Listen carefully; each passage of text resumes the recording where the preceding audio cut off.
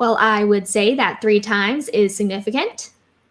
Hello, everyone. Welcome to After Action Report, your numbers recap show for all Schmoedown matches to keep you caught up on all the action.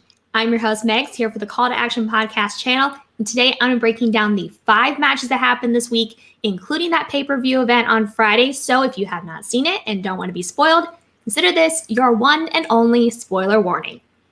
Before we get started about talking about all the matches that happened this week, please do me a huge favor. If you like this video, please go ahead and hit that like button. If you are not subscribed to this channel, please make sure that you are, and you have that notification bell hit so that you're made aware every time we drop new videos on this channel. And if you want to check out us on another platform, be sure to check out our Twitch channel as well. So here are the 5 matches that we saw this week. We started off in the Star Wars tournament in round 2 with Gold Leader facing off against Laura Kelly. Over in the teams tournament, we saw Danger Zone face off against the Untouchables in the last of the round 1 matchups. Back over to the singles division, where we had a round 2 matchup between David Del Rio and James White.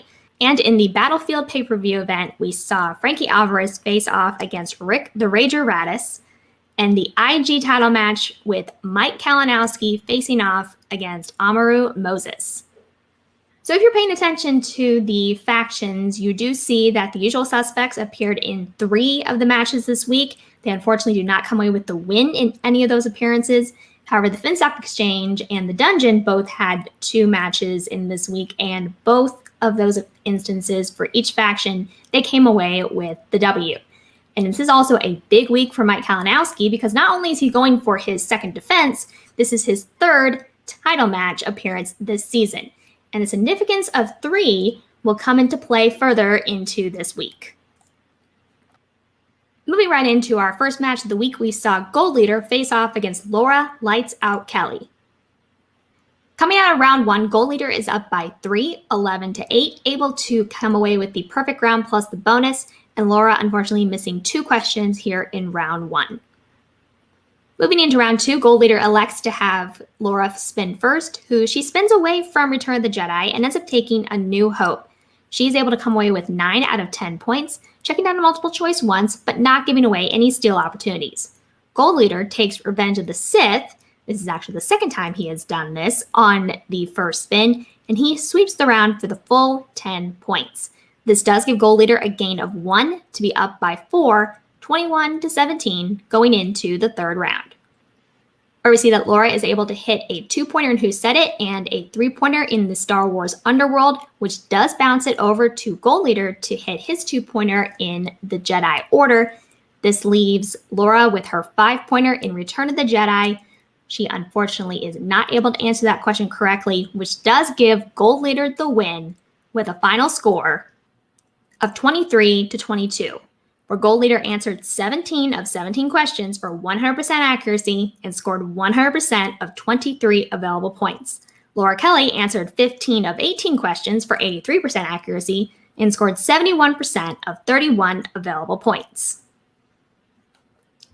So Gold Leader comes away with another perfect 100 accuracy game, 3rd one this season out of 6 to bring his total accuracy up to 97.5%. And oh my goodness, talk about the Star Wars division being unforgiving. Laura Kelly ends the season 4-5 in her record, but she still comes away with a 90.5% accuracy. Such a brutal and unforgiving division to be sure, but we do see the Gold Leader is going to move on, and we certainly hope to see Laura Kelly back next season, itching to get another one of those title shots. We now move into the teams tournament division with Danger Zone facing off against the new team of the Untouchables, Paige Forbetti and Drew McQueenie. Coming out of round 1, we see Danger Zone taking an early 5-point lead, 16-11, where we see that Dan Murrell is able to come away with a perfect round plus the bonus. Then Damon right behind him with 7 points, Paige Forbetti coming away with 6 points, and Drew McQueenie coming away with only 5 points in this round. Obviously, this is not an ideal position for the Untouchables to be in, but there's still a lot of match left, so let's move right on into round 2. We see that Danger Zone defers to have the Untouchables spin first, and they decide to take Emily Blunt on their first spin. They come away with 12 out of 12 points. So sweeping that round, not needing to check down to multiple choice. Danger Zone comes in and spins away from the 1990s and ends up with Spinner's Choice and chooses Ice Cube, where they respond with also sweeping the category for the full 12 out of 12. Keeping with our theme of threes, this is the third time that Danger Zone has swept the second round for the full 12 points. So because both teams swept the round, this means Danger Zone is still up by 5, 28-23, going into the final round, where we see that the Untouchables are able to hit their 2 and 3, Paige taking thrillers and Drew McWeeny taking classics. This bounces it back over to Danger Zone for Ben to hit a 2-pointer in Will Smith. That takes it back over to the Untouchables with a 5-pointer in Disaster Films. Fortunately, they are not able to hit that, which does give Danger Zone the win with a final score of 30-28, where Danger Zone answered 23 of 24 questions for 96% accuracy and scored 94% of 32 available points. The Untouchables answered 19 of 25 questions for 76% accuracy and scored 70% of 40 available points. So unfortunately, similar to the situation we saw with the team The Old Guard last week, the Untouchables were thrown into this tournament with their first outing in a must-win tournament situation, and they were just not able to overcome that hurdle of the deficit in round 1 to force Danger Zone to have to answer more questions in that third and final round. And speaking of Danger Zone getting the win, they now have competed in 6 matches this season. If they continue on to this streak, they will have the most match appearances of any team in the season. As it currently stands now, Lightning Time is the only team that has the potential to match or maybe even beat that record, depending on how far Danger Zone is able to go in their trek to try and get to Spectacular. And the tournaments keep chugging away with this second round match in the singles tournament with Diamond David Del Rio facing off against James the Jet White.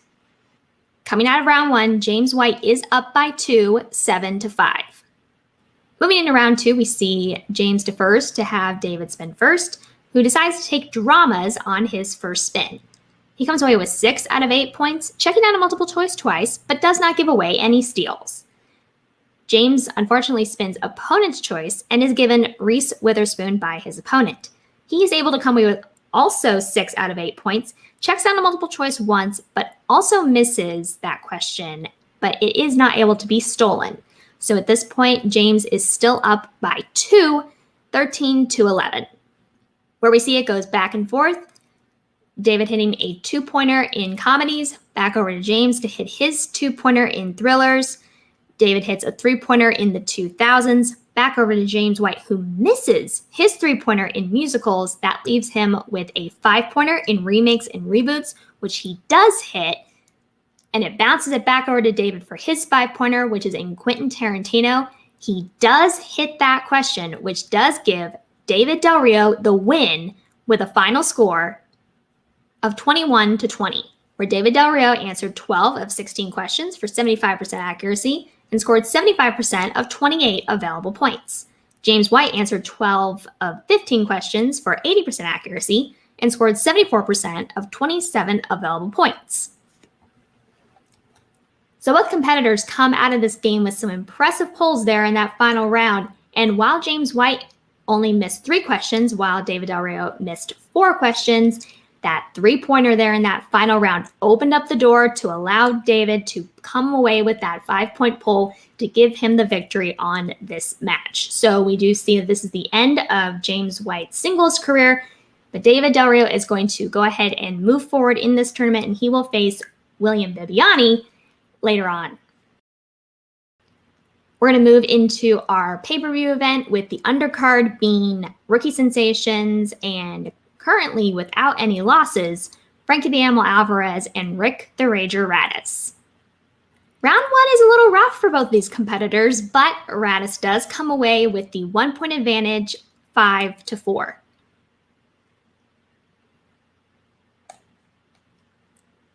In round 2, Radis defers to have Frankie spin first, and he takes Disney on his first spin.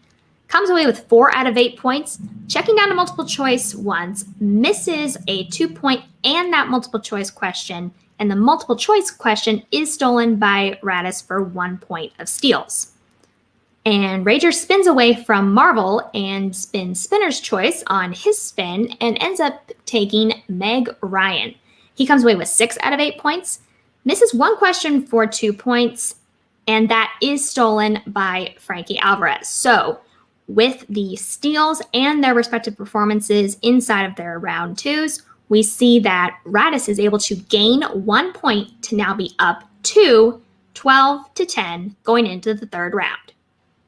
Where we see Frankie misses a 2-pointer in Action Adventure, but does hit a 3-pointer in Horror, avoiding the TKO and bouncing it back over to Radis to hit a 2-pointer in Leonardo DiCaprio of his own. This pushes it back over to Frankie to hit a 5-pointer in Musicals.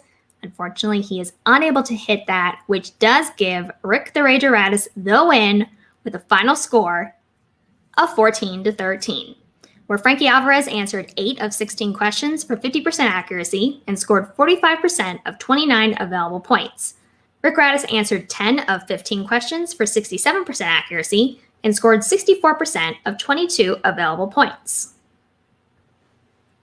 So while both of these competitors struggled a little bit to put points on the board, they were not shy in this live event about putting out the character work. It was a lot of fun to watch, so if you guys have not seen that match in its entirety, I do encourage you to watch it.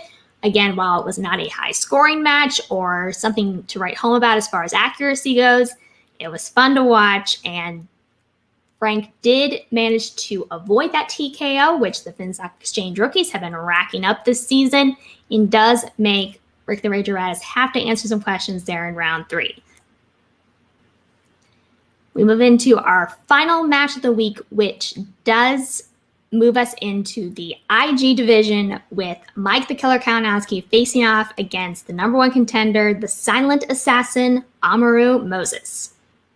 Coming out of round 1, neither competitor able to pitch a perfect round, but Mike does have the 1-point advantage, 8-7.